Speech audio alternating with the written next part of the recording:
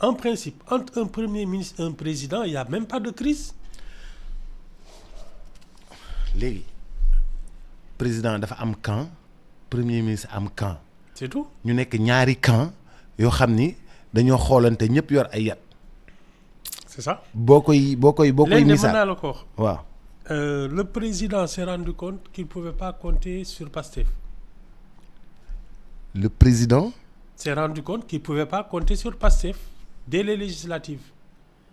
Parce qu'au lieu d'avoir une liste Diomaye président, il y a une liste Pastef avec les hommes d'Ousmane Sonko. On est d'accord. À partir de là, moom s'il veut gouverner, day ut un appareil politique. Parce que l'une des premières mesures qu'il devrait prendre avec Diomaye président, c'est au moins avoir un groupe parlementaire à l'Assemblée. S'il veut gouverner. C'est le minimum. Waxuma la nag après les locales et peut-être la présidentielle. Mais au moins avoir une Assemblée nationale qui lui est loyale. Il ne peut pas compter sur ça maintenant. Il va gouverner comment? waaw léegi xam nga léegi li leer mooy waa Pastef dañoo taxaw ni yor yat ne ko yow fii nga war a jaar par force. non ñoom ay bantu bale lañu yor moom moo yor yat. non. C'est pas la même chose. C'est pas le même pouvoir. yow gisoo fan yi ni ñu def Facebook Diomaye ñii di désabonné yooyu. Attends loolu wax la. ah. kii day dóore ñii dañuy saaga c'est pas pareil. kii institution yi ñoo ko may doole. waa mais man jàkkaarloo bi moo warul woon jàkkaarloo bi xam nga lu étincelle bu ndaw ñu xeexoo. mais laaj ko sa premier ministre. c'est lui qui a attaqué en premier le président moo ko fi njëkk naan ay fii amul autorité yooyu jox leen moom ma doxal voilà c'est lui qui a attaqué xam nga Diomaye bariwul sax wax il a entendu tout et n'importe quoi ne teg c'est son premier ministre. mais les gens adorent son attitude où il prend de la hauteur. Il faut prendre le président il prend de la hauteur c'est normal. Macky Sall lu ne lañ ko doon wax il prenait de la hauteur.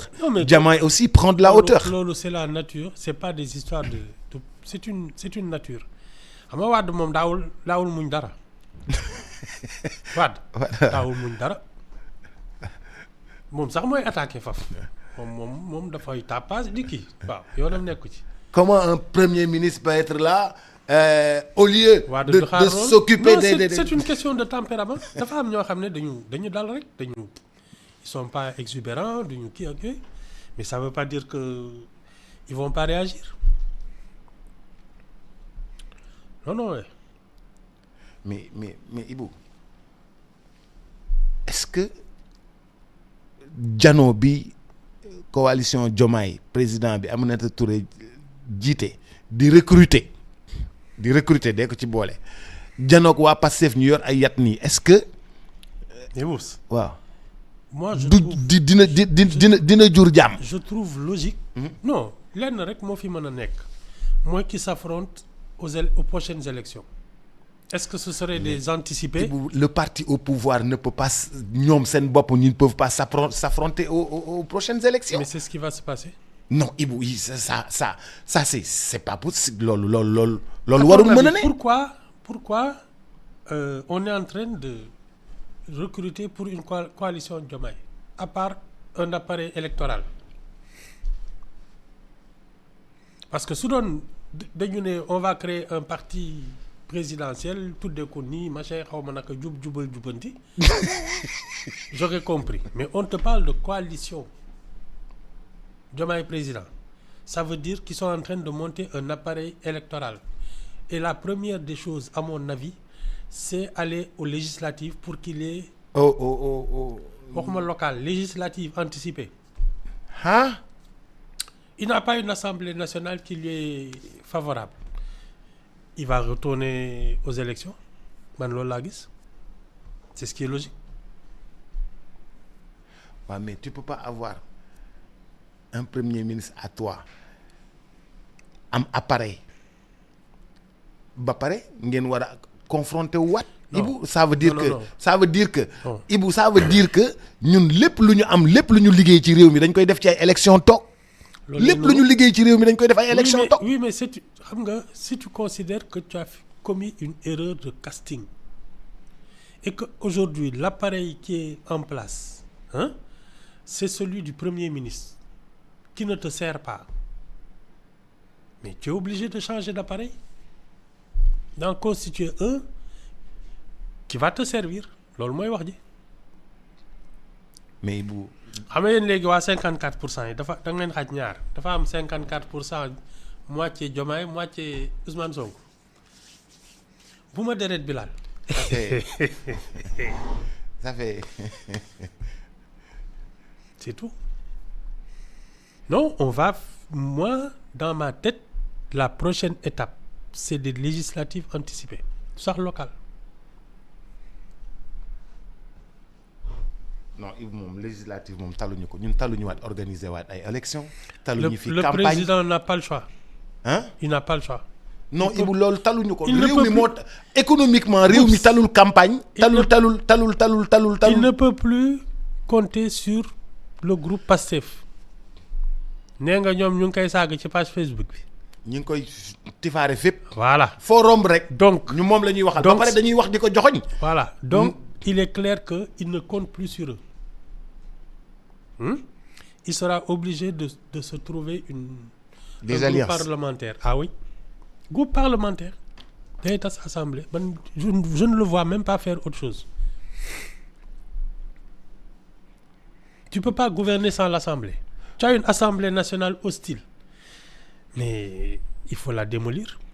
waa Ibou te ñoo waxtaan ba juboo ba moo gën ci réew mi moo gën ñi yëf yi xar ñaar waa Diomaye taxaw nii waa Sonko taxaw nii Pastef contre Pastef. loolu mënta nekk non Pastef contre coalition Diomaye. mais ñoo àndoon ñoom ñëpp Pastef la ñu woon. C'est le partage du butin. Partage du butin. nii la mos a mel déggoo li waa ji waxoon suñu demee ba cambriolé banque beeg yooyu séddale kii bi coow li fa lay commencer.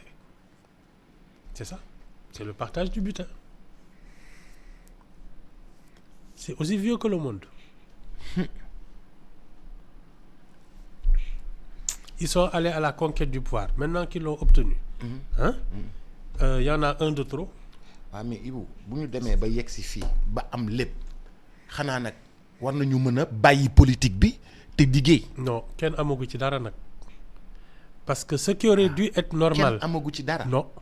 Ce qui aurait dû être normal, c'est que le groupe Pastef, toujours dans la coalition Diomaye, se mette au service du président pour son mandat. te xam ne c'est un mandat de 5 ans mais xam nga ñoom lan lañ jàpp. dafa war a def 2 ans dégagé jox. xam nga kenn yoragul dara. président illégitime. wax nañ ko fi lu ne. Donc ça veut dire que jusqu'à présent personne ne tient vraiment man. Au plan institutionnel, c'est clair que c'est Diomaye qui a le pouvoir. Mais au plan politique, non. Tout est à recommencer. Surtout pour Diomaye.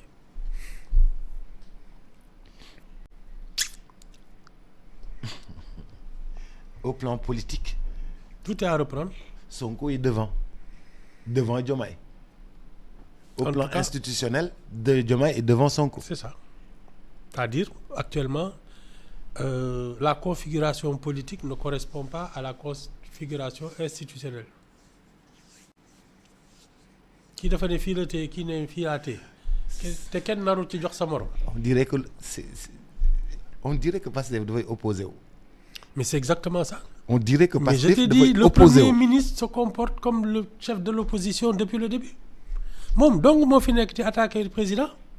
ñoom Barth toog bàyyi ko muy wax ñoom Bougane toog. bàyyi ko moom rek mooy. C'est ça. Les choses sont bizarres chez nous. Non, quand tu me dis que le Premier ministre semble être un opposant, les choses sont bizarres dans notre pays. Qui attaque le président depuis 18 mois? Kan moo ko fi tutoyé. waaw y a que le Premier ministre. di gedd ak di kii ak di buddeeg di terra meeting di ko menacer ak naan ko y a pas d'autorité. Moi j'ai pas entendu l'opposition dire des choses comme ça. wala soo déggee kenn nga wax ma. waaw mais moo tax ma lay laaj Alaaji Ibou Fall. léegi da nga bëgg wax xam nga ni li ngeen di Pastef bañ dafa yegg si au pouvoir ba pare nekk opposant. xam nga li ngeen di bañ. waaw non dama ne non déglu ma Pastef dafa yegg si au pouvoir ba pare nekk opposant.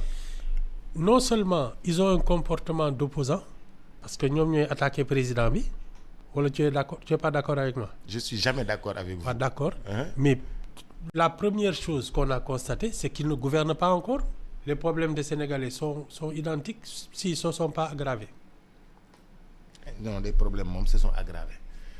Donc ils ne gouvernent pas. Ils se comportent comme des opposants. mais Ibou kañ la ñuy def comme Macky Sall di defar quoi tabax quoi. Mais Boubs, waaw. il y a déjà un problème. Une carence en expérience gouvernementale. Ça ne s'invente pas. Ça s'apprend. Il faut de l'expérience, il faut avoir un vécu. Ni amuñu ko. Sinon, il n'y aurait pas eu tous ces problèmes-là. Le sens de la République, le sens de l'État. Suñ ko amoon lii yëpp doo ko dégg. Ah, bàyyi ma ay. waaw Ibou ñi nga xam ne am nañ expérience te nekk ci seen wet duñ leen jàpp ci loxo. Nee naa la il s'estime heureux d'être invité. waaw non waxuma sax ñi nekk ministre mais dafa am ñoo xam ne dañu war a nekk dans l'ombre pour mais même ñooñu di leen gunge di leen éclairer la route. nga foog ne c'est gratuit. Il y a des privilèges. Donc yow kay da ngay toog rek suñ la laajee nga wax suñ la laajul nga ne pat. C'est ça. La courtisanerie. Ibou réew mi ñun ñëpp ci war a jàppandoo mënuñu leen seetaan parce que yow da ngay toog nga ne amuñu expérience ñëpp toog bu ñu toogee réew mi. mais mooy suux ñun ñëpp ñoo war a jug gunge leen. non waaw waaw chacun fait son travail. waaw ah man observateur la damay ne man lii laa fi gis sama liggéey fa la yem. Je ne suis pas là pour les conseiller. Man je suis là pour éclairer l'opinion. Point barre te duma ci def leneen. waaw Ibou man dama laa bëgg yóbbu ci président nga conseiller ko. Même pas un rêve. Oui yow taw si. bëggoon naa la yóbbu ci Macky Sall. Jamais. man la ma yóbbu la ci Macky Sall. Non man je fréquente pas des chefs d'État. nga ne ma jamais. Jamais. Pour. Ibou je fréquente pas les chefs d'État. non yëfi surga laa mënul Boubs. dem fa ñuy takk karaag ñu naan la ñëwal 8h nga xëy 6h toog di xaar ñu recevoir le midi non attends loolu du ma ko def. yëfi surga laa mënul. non la yëfi surga laa mënul. mais Ibou réew mi war na laa jaral. dama ne la. waaw li ma mën a réew mi maa ngi koy def. éclairer l'opinion. c'est tout. surga daal mënuma ko. Ibou ñun ñëpp dañoo war a jàpp ci réew mi de man de. non mais chacun fait son travail. On est payé pour ça. ku nekk nag da ngay def sa liggéey jàpp sa jàpp. Maintenant ceux qui ont réclamé le suffrage des Sénégalais naan ñun mën nañ yor réew mi on a un projet génne nañ fi guy def nañ fi lu ne mais voilà ils n'ont qu'à se débrouiller. De toute façon en 2029 ils vont faire un bilan. Ibou balaa 2029 il y a tellement de problèmes, il y a tellement de choses qui se dégradent, il y a tellement de choses qui n'avancent pas, il y a tellement de pertes d'emploi, il y a tellement de il faut dimbal loolu waaw. Ceux qui sont élus et payés pour ça parce que man je comprends pas que nga ñëw ñu on te loge gratuitement ngandam kër palais jox la avion jox la oto jox la surveillance ne la ñaata collaborateur nga bëgg ban budget nga soxla. ñun ñoo koy fay. loolu yëpp waaw kenn mënu la sax xool boo wax la lu ko naqadi sinon ñu yóbbu la ci kaso bi loolu yëpp nga am ko mais si tu ne trouves pas de solution Boubs sa affaire la parce qu'il y a des gens qui font des choses utiles au pays et qui sont même pas payés comme ça. Wala li ma wax c'est compliqué. Très. Yow les Sénégalais t'ont donné toutes les conditions pour réussir ta mission xam nga loolu kenn mënu ko weddi. jaxrañ tey moom mi ngi nii suñu. Voilà kon nag si tu ne réussis pas ta mission c'est ton problème. mais Ibou est-ce que am nañu possibilité ku ñu fal jox la lépp à part sanction bi nga xam ni mooy sanction wu élection amuñu leneen nuñ la mën a sanctionner. Ah si, mais justement c'est là qu'il faut des réformes profondes des institutions. Boups, déjà xam nga man je considère que le Conseil économique et social doit être un quatrième pouvoir. La société civile nga xam ne elle siège, elle parle d'économie de société ak yooyu am un avis sur les institutions loolu parce que c'est la surveillance de la gouvernance qui est un problème chez nous. xam nga électeurs yi ñoom dañ lay fal rek dem tëdd toog ba 5 ans après jóg naan kii lekk na dëkk beeg lekku ko donc loolu ça c'est la grande majorité. Mais ici il y a des gens quand même qui ont des compétences, qui ont une légitimité parce que c'est des chefs d'entreprise, des gens qui tiennent l'économie. ñooñu dañu war a yokk seen doole nga xam ne les votes des budgets les lois là ak yooyu day jaar ci ñoom ñu ne lii day dem wala demul te ñoom ils seront pas nommés, ils seront élus par leurs pairs, les syndicats am représentants, les patronats ak yooyu loolu muy dëgg. Un pays doit avoir des pouvoirs forts. Sénat kii dañ ñëw rek tas ko. non dañ ñëw rek tas ko Sénat wu assemblée Sénat wu France dañuy bàyyi ba kii liggéey Sénat bi validé wala Sénat bi bañ. En tout cas moi ce que je pense c'est que nous avons une société civile parce que c'est la majorité silencieuse qui est représentée là, les milieux d'affaires, les milieux portuaire, affaires, syndicalistes, économique, société. Hein? Même le pouvoir religieux devrait pouvoir être représenté dans ces choses-là. Les artistes, les sportifs, tous ceux qui animent la vie socio-culturelle.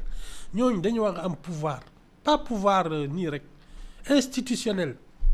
Nga xam ne lu xew dañuy toog wax ci joxe ci seen avis parce qu'ils représentent ceux qui travaillent, qui font l'économie. Mais pourtant dañ doon wax boobu ba léegi naan liggéeyu conseil économique social et environnemental kenn gisu ko amul njëriñ.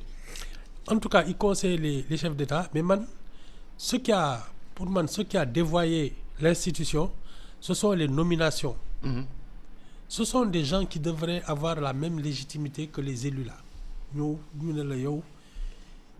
artistes yëpp tànn benn artiste mu dem conseil économique et social. sportif yëpp tànn benn sportif mu dem kii nawetaan yëpp tànn benn kenn mu dem teewal leen waa port tànn benn kenn docker yi tànn kenn chef d'entreprise yi tànn kenn médecin yi tànn kenn enseignant yi naka noonu ñëpp daal di dajaloo mu nekk conseil économique social et environnemental bu am doole buy agir dans contrôle de l'Assemblée, contrôle de la justice, contrôle de l'exécutif.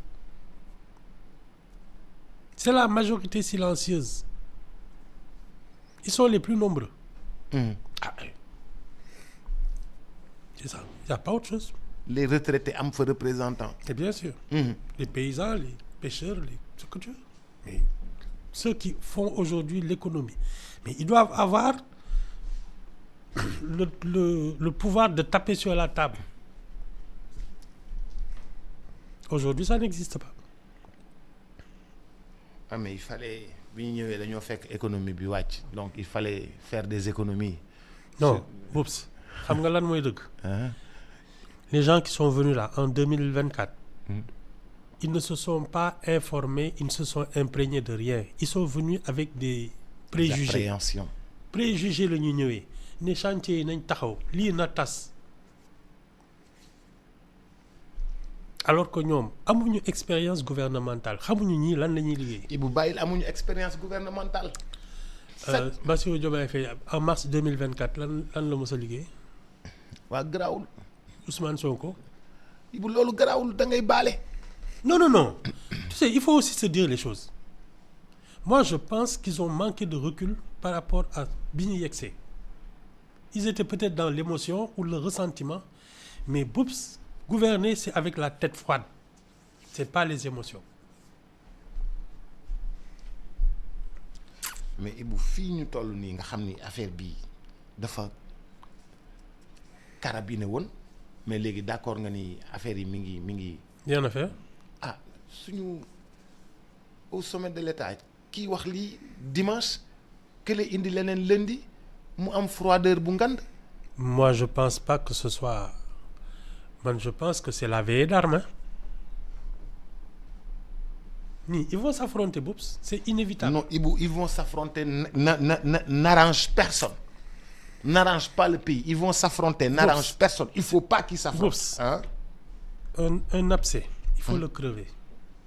taab foog ñu bënn ko. génne dëtt bi. taab foog ñu bënn ko. y a un problème il faut le régler c'est tout ñun li ñu bëgg a def nii naan noo xam nga waxtaan bi ak ça c'est des histoires ils n'ont plus les mêmes intérêts. Ibu yow da ngaa franc bu mu ëpp bàyyi sa franchise bi nga teg ko nii te nga ñëw ci un pays de dialogue. Non mais ici c'est un pays de dialogue. Justement le vrai dialogue c'est se dire les choses froidement. nga wax ma li nga xalaat. Voilà ngeen toog xam ne ay magum jëmm ngeen. vous n'allez plus dans la même direction. Vous vous séparez élégamment et vous vous affrontez de manière républicaine. en gentleman. waaw dem élection ak yooyu. ku mën sa morom duma. c'est ça. waaye mais Ibu xam nga ni Pastef ëpp doole waaye li ngay def. c'est toi qui le dis.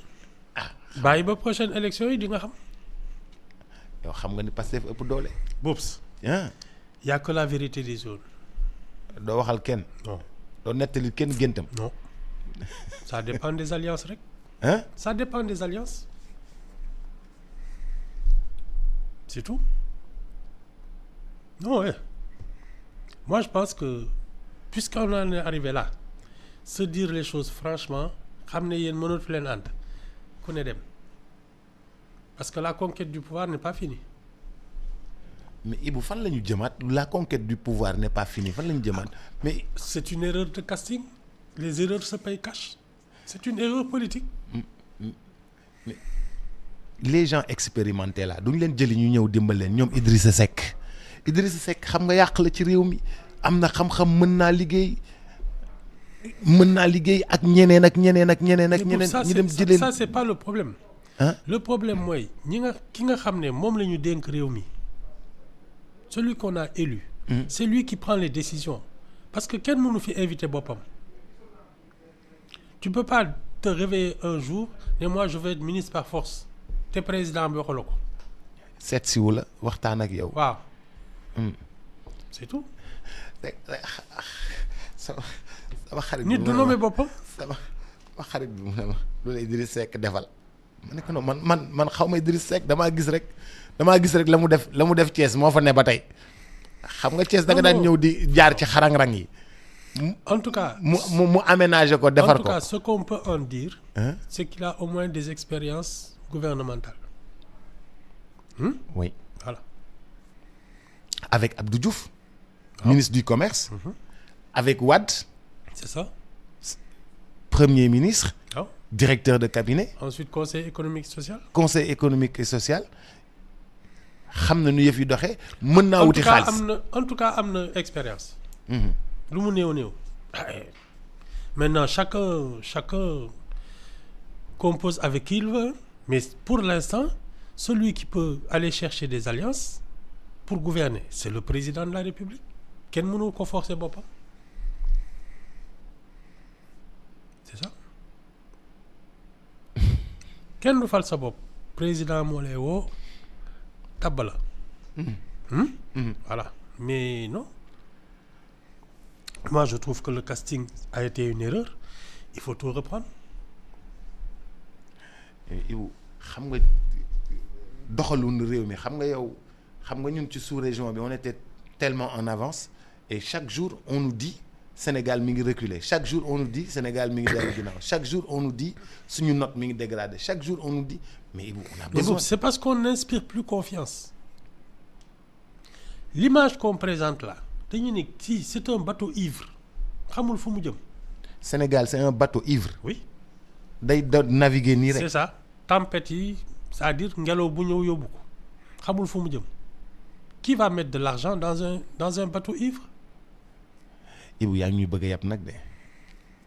c'est un bateau ivre de. Ibu yaa ngi ñuy bëgg a yàpp nag de. Bobs. fi mu ne nii ngelaw bu ñëw yóbbaale ko.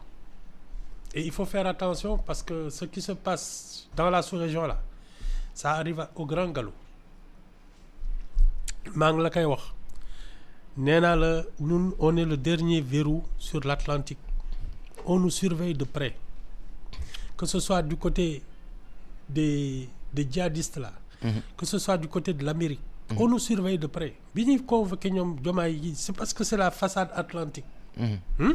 Voilà nee naa la ñun suñu sàgganee fii Sénégalais on va les parquer dans leur pays comme les Indiens en Amérique parce que gars yi ils blaguent pas avec ça. C'est des questions de sécurité. C'est des questions de sécurité. Voilà. mais Ibou yow daal da ngaa bëgg a wax ni dëkk bi daal yaramam neexut. ñemewu maa wax ne bateau ivre ñemewu ma ko traduire. C'est un bateau ivre. ñemewu ma ko traduire dëkk bi daal yaramam neexut. Non moom kay ça tangue de partout. Maintenant c'est au capitaine de redresser la barre xam ne moom il tient le gouvernail. mais ñi ne si biir dañuy déconner tamit de ñi ne si biir bateau bi. mais xam nga moi parce que il faut pas aussi donner aux gens plus de pouvoir qu'ils n'ont fii mu nekk nii c'est le chef de l'État parce que l'État est puissant l'État sénégalais c'est pas du chahut. Il est en mesure de redresser les choses. Waaw toi aussi ñun xam nga fii amul désordre apparemment nii nga koy gis rek saaga yeeg yooyu moom c'est rien du tout. Sur les réseaux là. bés bu ñu xëyee ne lii day dakk dootoo ko fi dégg c'est moi qui te le dis. C'est qu'il y a peut-être d'autres urgences en matière de sécurité yooyu. Mais suñu xëyee ne lii dootu fi am je te le garantis. Merci monsieur Fall, j'aime partager avec vous. waaw ba suba ak jàmm. J'aime vous écouter et j'aime discuter avec vous.